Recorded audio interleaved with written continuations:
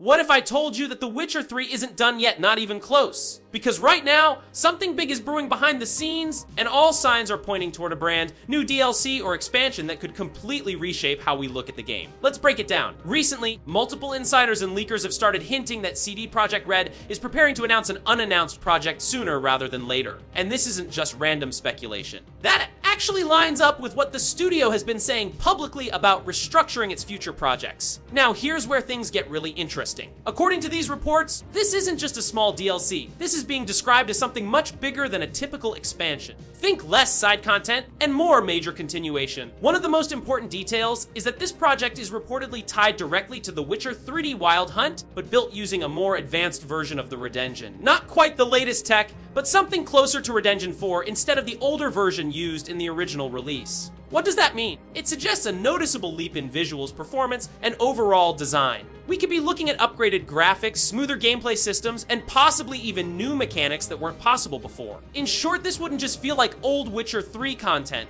It could feel like a hybrid between the current game and the next generation of Witcher experiences. And speaking of the future, this DLC is rumored to act as a bridge between Witcher 3 and Witcher 4. That's huge, because if this is true, it means we may finally get answers about what happens to Geralt after the events of the base game and its expansions.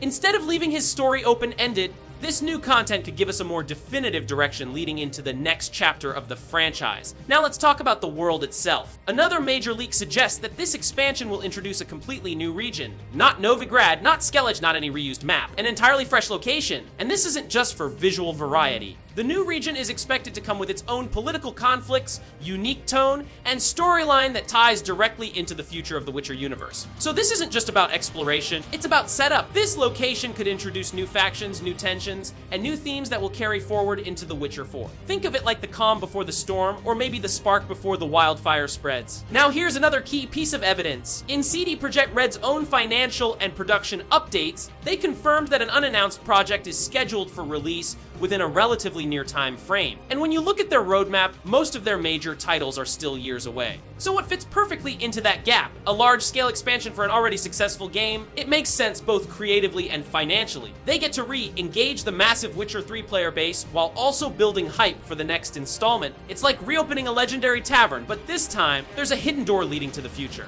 Now, of course, none of this is officially confirmed yet. These are still leaks and insider reports. But when multiple sources start pointing in the same direction, and it lines up with official statements, it becomes a lot harder to ignore. So the real question is, would you want to return to The Witcher 3 for one last adventure? And more importantly, should Geralt's story truly continue, or is it better left as it is? Let me know what you think, and if you want more updates like this, make sure to subscribe and stay tuned. Thanks for watching, and I'll see you in the next one.